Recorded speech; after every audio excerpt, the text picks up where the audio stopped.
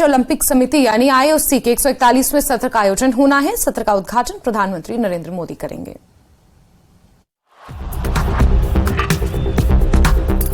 दुनिया में खेलों के सबसे बड़े आयोजन ओलंपिक की ओर भारत का बड़ा कदम बढ़ चुका है। ओलंपिक खेलों का आयोजन करने वाली संस्था इंटरनेशनल ओलंपिक कमेटी यानी आईओसी का 141वां सत्र भारत में होने जा रहा है।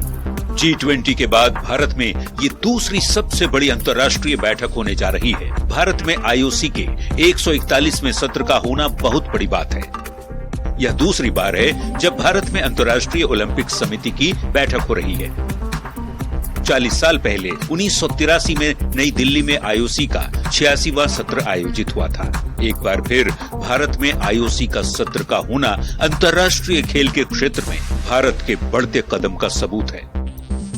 मुंबई के जियो सेंटर में प्रधानमंत्री नरेंद्र मोदी 14 अक्टूबर को आईओसी के 141वें सत्र के ओपनिंग सेरेमनी का उद्घाटन करेंगे। सत्र में अंतर्राष्ट्रीय ओलंपिक समिति के अध्यक्ष थॉमस बाक, सेबेस्टियन कोए और रॉयल्टी जैसी बड़ी हस्तियां हिस्सा लेंगी। इसके साथ साथ सत्र में प्रिंस अल्बर्ट सहित 70 से ज्यादा ओलंपिक मेडलिस्ट भी हिस्सा लेंगे। आईओसी से जुड़ी इन बड़ी हस्तियों को प्रधानमंत्री नरेंद्र मोदी संबोधित करेंगे। 14 अक्टूबर के ओपनिंग सेरेमनी के बाद 15 अक्टूबर से 17 अक्टूबर तक आईओसी का सेशन होगा। इसी सत्र में ओलंपिक्स से जुड़े महत्वपूर्ण फैसले लिए जाएंगे।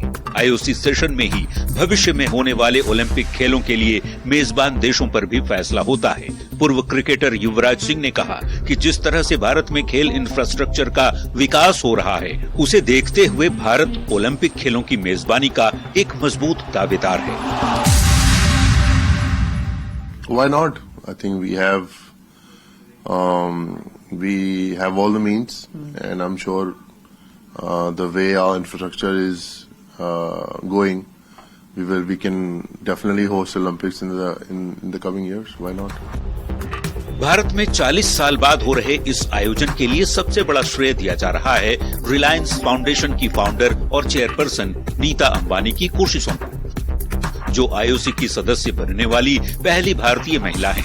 आईओसी की सदस्य होने के साथ साथ नीता अंबानी आईओसी के 3 अलग अलग आयोगों की भी सदस्य हैं। फरवरी 2022 में बीजिंग में हुए 139वें आईओसी सत्र में नीता अंबानी के दमदार प्रेजेंटेशन की वजह से ही मुंबई में आईओसी का सत्र होना तय हुआ।